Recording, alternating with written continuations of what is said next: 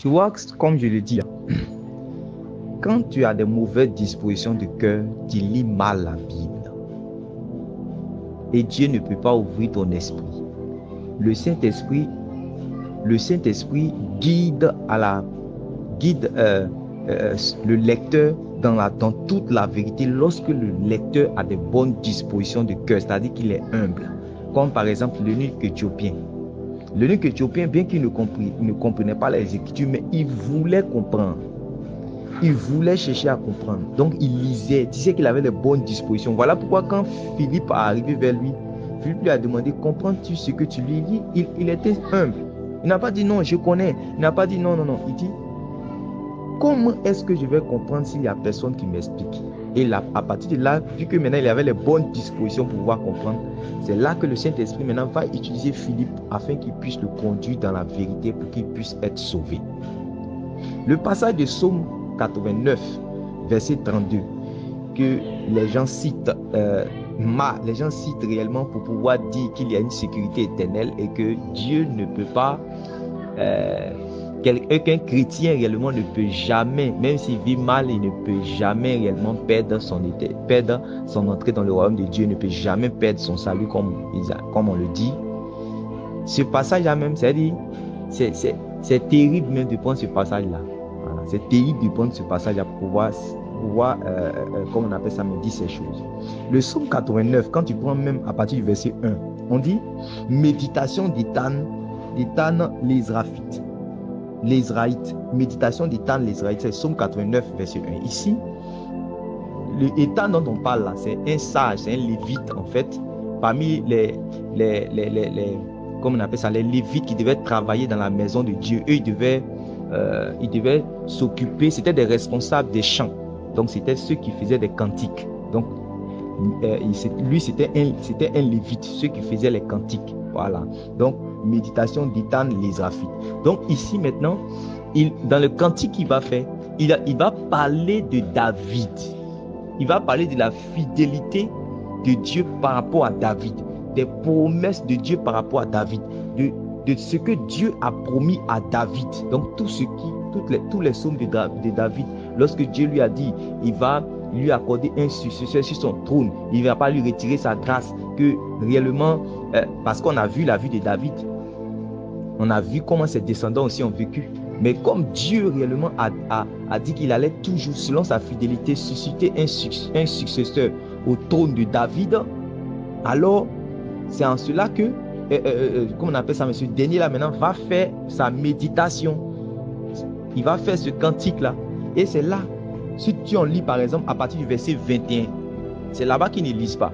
Ils commencent à lire à partir du verset 22, non, ne me retirez pas, je ne vais pas renier mon amour, tout ce genre de choses. Je vais lire ici avec la version de Semeur. Voilà. Si vous pouvez prendre n'importe quelle version. Mais ici, s'il veut comprendre de qui il s'agit, si on parle de David à partir du verset 21, il dit, j'ai trouvé mon serviteur David. C'est parce que Dieu a juré selon son serment qu'il va mettre un successeur au trône de David. C'est pour cela que Jésus-Christ est venu en tant que fils de David. Et c'est grâce à la venue du Seigneur Jésus-Christ que cette parole-là réellement va s'accomplir.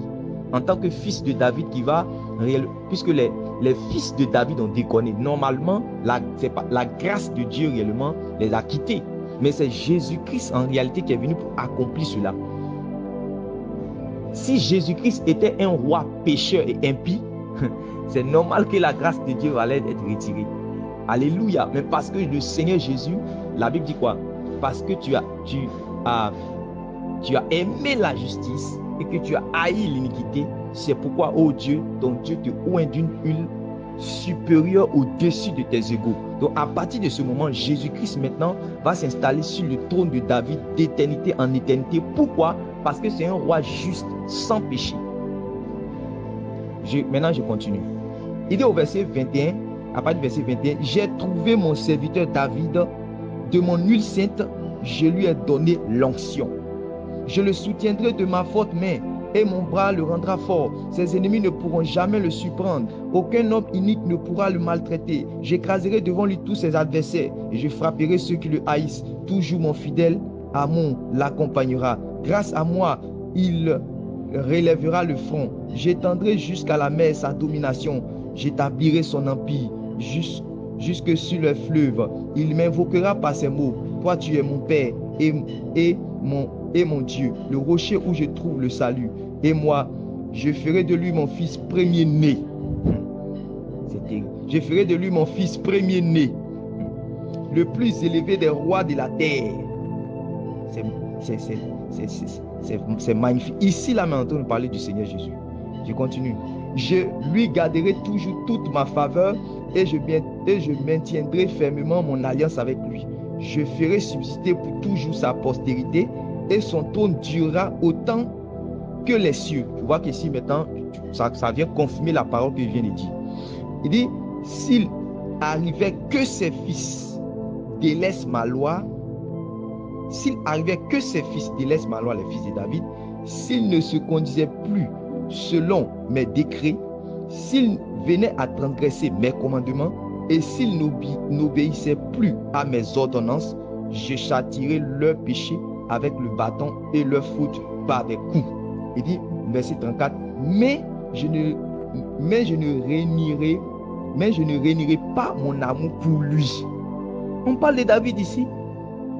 On parle de David ici, mais je ne réunirai pas mon amour pour lui. Je ne démentirai pas ma fidélité. Non, car je ne trahirai jamais mon alliance. C'est-à-dire que l'alliance qu'il a fait avec David là, le fait que David aura un successeur sur son trône, le fait que toutes les paroles qu'il avait dit à David, par exemple, toutes les paroles qu'il avait dit à David là, qu'il y aura un successeur sur son trône là, c'est de ça qu'il est en train de parler. Il dit que malgré les péchés là, il ne va pas bloquer cela. Il ne va pas dire non. Par exemple, il y avait des personnes que Dieu réellement avait par exemple élevées. Et à cause de leur péché, on a vu ça dans la Bible, à cause de leur péché, Dieu s'est retiré d'eux, comme par exemple Saül. Dieu s'est retiré d'eux. Il y avait plusieurs personnes qui avaient reçu l'onction, l'approbation de Dieu, mais après, qu'est-ce qui s'est passé? Dieu s'est repenti. Dieu s'est repenti, Dieu s'est retiré d'eux. Maintenant, Dieu dit qu'il a fait une alliance avec David et lui promet à David que ce n'est pas à cause de ce que ces enfants-là vont, comme on appelle ça, mais vivre mal, même s'ils vont pécher et tout. Lui, comme il a promis, mais en même temps, derrière cela, il y a une prophétie du Seigneur Jésus-Christ. Donc, ça n'a rien à voir avec le salut de l'âme. Ça n'a rien à voir avec le salut de l'âme. Donc, c'est clair que ce passage-là n'a rien à voir avec le salut. Mais ce passage-là parle de la fidélité de Dieu par rapport à David, à l'alliance qu'il lui a faite avec David. Et cette alliance-là consistait en ce qu'il allait garder un descendant sur son trône. Voilà. Et aujourd'hui même, en fait, il n'y a pas de descendant sur le trône. Mais c'est à cause de la venue du Messie que cette parole-là a eu son accomplissement. Et si tu lis bien, il s'est arrêté au verset 34. On a commencé du verset 1, verset 21 jusqu'au verset 34. Mais je ne réunirai pas mon amour pour lui, je ne démentirai pas ma fidélité. Non, car je ne trahirai jamais mon alliance et je ne reviendrai pas sur ce que j'ai dit. Regarde au verset 36. Un jour, j'ai fait le serment par ma sainteté. Non, je ne pourrai jamais mentir à David. Sa lignée subsistera éternellement et son trône devant moi sera comme le soleil, comme la lune à toujours. Il se maintiendra là-haut, le témoin céleste en est le garant. Donc, ici, là, je ne sais pas comment on peut prendre ce passage-là pour établir qu'un enfant de Dieu qui vit mal, comme c'est Gédéon, le pervers, là, il dit que en réalité, si un chrétien meurt entre les jambes d'une prostituée, ce qui est de la débauche, selon qu'il est écrit dans Hébreux chapitre 13, le verset 4, que le mariage soit honoré de tous. Que le mariage soit honoré de tous. Et le lit conjugal, exemple de tout souillure, car Dieu jugera. Dieu jugera les impudiques et les adultères. Je prends un exemple. Un chrétien, si par exemple l'adultère là, si on doit même, c'est-à-dire que notre société, la Côte d'Ivoire, doit sanctionner l'adultère. Je prends un exemple. Et que les policiers trouvent un chrétien en train de commettre l'adultère. Quand ils vont le regarder, ils vont dire quoi? C'est un chrétien, donc il est immunisé. Ce qu'il est en train de faire, ce n'est pas l'adultère. C'est terrible. C'est du mensonge. C'est terrible et c'est du mensonge. Donc, ce que aujourd'hui on appelle les gens à la repentance, on leur demande réellement de quitter le monde, de quitter les actions qui mènent à la mort pour venir réellement à la lumière du Christ. Mais si c'est pourquoi réellement on les appelle pour leur demander de quitter, nous-mêmes on se trouve dedans, on va être dans le même endroit que eux.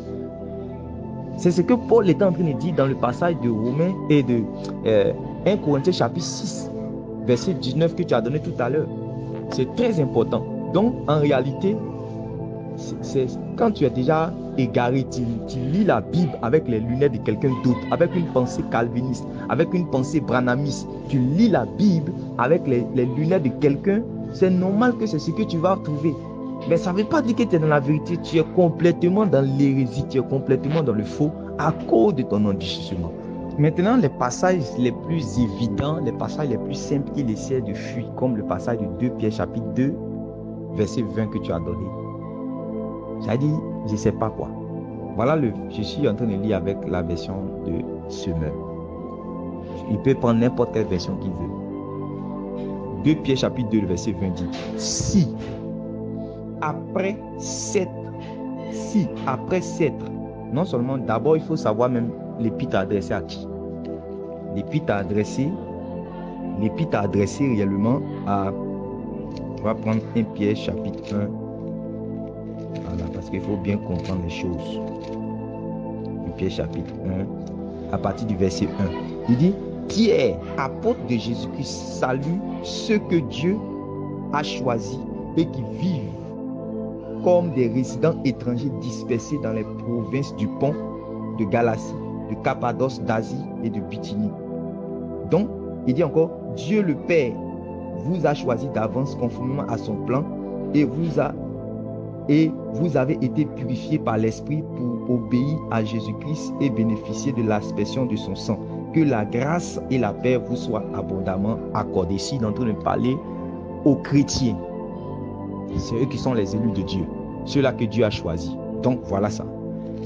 Maintenant, il dit dans 2 Pierre chapitre 2, donc voilà que c'est une lettre, ce n'est pas une prédication au monde. C'est une lettre qui est adressée aux saints, ceux qui ont été lavés, nettoyés par le sang de Jésus-Christ. Maintenant, il est en train de prêcher dans la prédication, dans l'enseignement qu'il est en train de donner dans cette épître. Dans 2 Pierre chapitre 2, à partir du verset 20, il dit, si après s'être arraché aux influences corruptrices du monde par la connaissance qu'ils ont eue de notre Seigneur et Sauveur Jésus-Christ. Donc, ils ne sont pas retirés de la corruption du monde, du péché, de par eux-mêmes. Non. Ce sont des gens, quand la Bible dit, si le Fils vous affranchit, vous serez réellement libre. Quand la Bible dit, vous connaîtrez la vérité et la vérité vous affranchira, ce sont ces personnes-là dont on est en train de parler.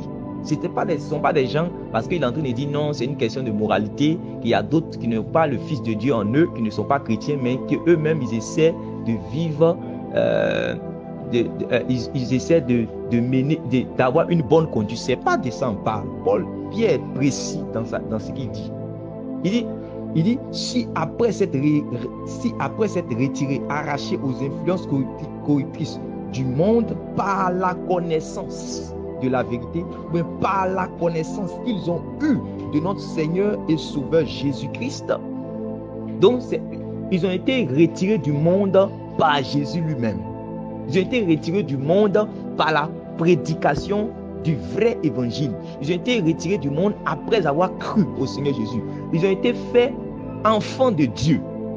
Parce que celui qui a été délivré de son péché pour se retirer, pour quitter de la puissance de Satan, la puissance de Dieu, selon le ministère de l'apôtre Paul, Dieu lui avait dit que je t'envoie, tu vas faire quitter les gens de la puissance de Satan à la puissance de Dieu.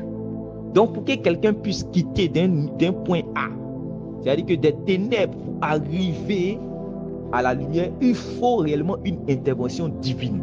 Et il y a eu cette intervention divine. Voilà pourquoi on dit, ils ont quitté par la connaissance qu'ils ont eue de notre Seigneur et Sauveur Jésus-Christ.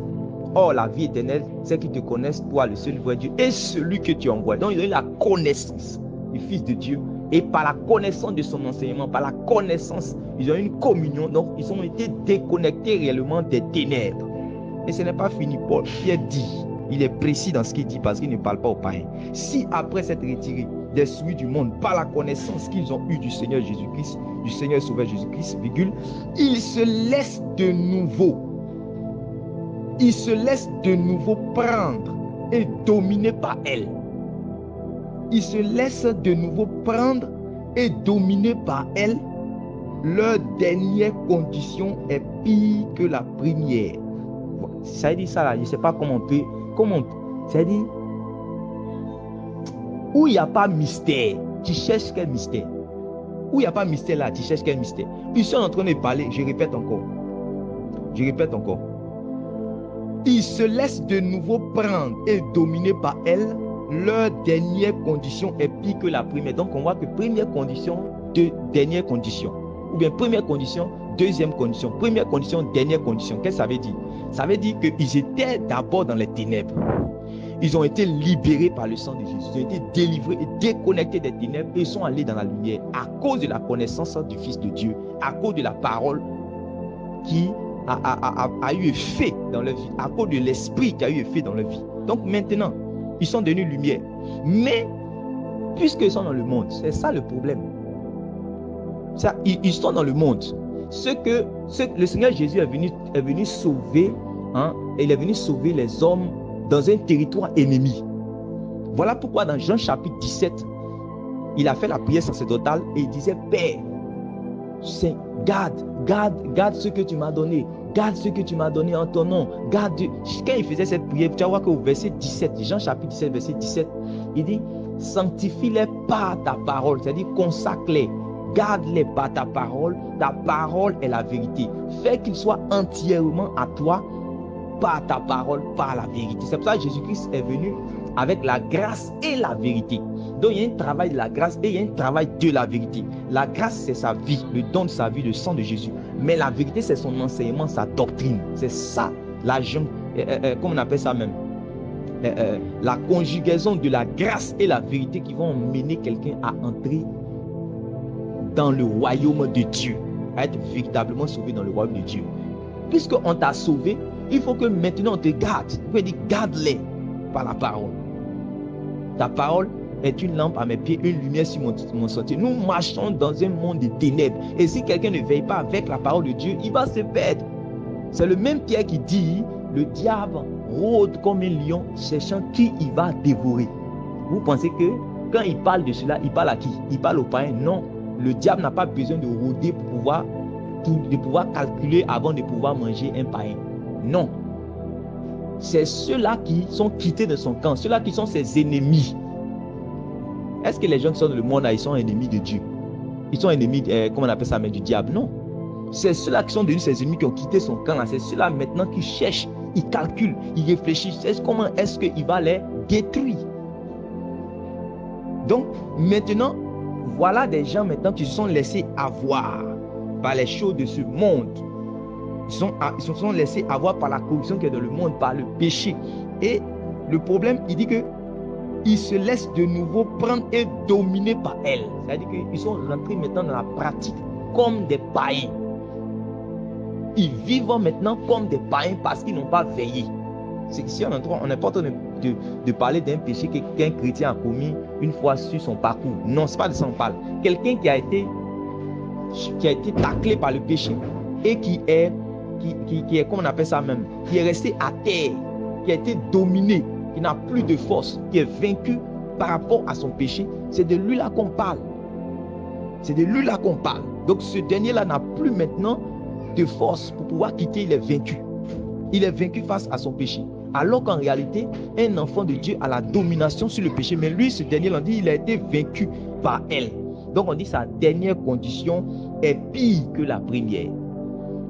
C'est comme un prisonnier qui est un éventreur de femmes et il égorge.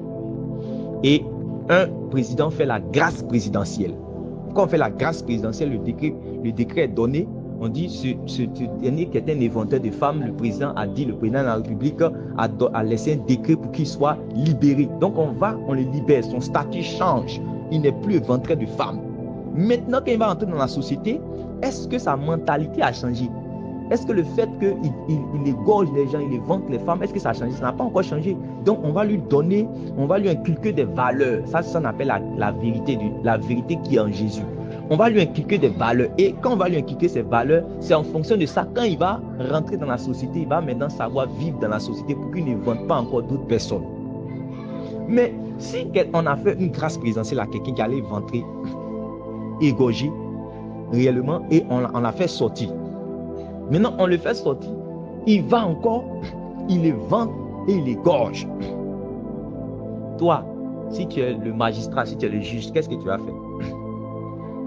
Tu vas le prendre et tu vas le ramener encore en prison. Mais quand tu vas le ramener en prison, tu ne vas même pas le mettre dans le... C'est-à-dire que dans le même coin que ceux-là qui sont les éventrés, parce que ceux-là, tu ne l'as pas laissé sortir comme lui. Mais c'est à lui que tu as fait la grâce de pouvoir sortir. C'est à lui que tu as fait la grâce de pouvoir inculquer les valeurs. Tout, pour vivre dans la société. Tu lui as fait la grâce, tu l'as gratifié.